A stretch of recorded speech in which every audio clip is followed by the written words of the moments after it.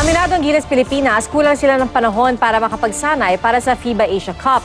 Nahahati raw kasi ang kanilang oras sa training para sa national team at sa kanilang mother team sa PBA. At dahil dito, iminumungkahi ang pagbuo ng grupo ng mga manlalarong tututok lamang sa national team.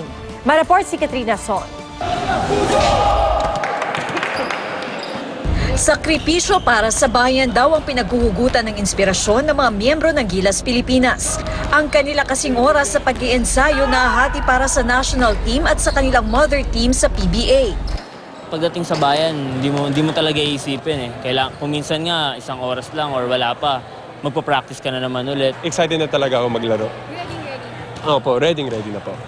Aminado naman ng kanilang coach, kulang sila sa panahon para makapaghanda sa FIBA Asia Cup. As you can see, we're very far from being in competitive shape. So all we can do is really make the best of what we have and have fun like this kasi, you know, there's just so much we can do. We'll just try our best. Kaya naman suwestyon ng ilan, magkaroon ng grupo ng mga manlalarong tututok lamang sa national team.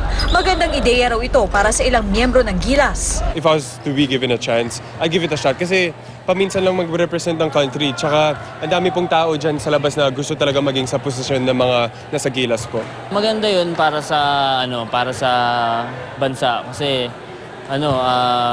talagang mafo-focus yung training nila na maglalaro sila para sa Gilas lang. So wala na silang ibang isipin, na focus. It's still far-fetched idea, but I believe the intentions are good, and it's just another avenue for Filipino players to be able to make money, play the game that they love. Pero hindi lahat sang-ayon sa suhestyon. There were some partners, I think, who got offended.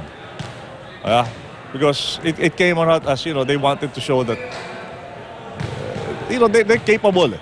And that was fine. Di ba?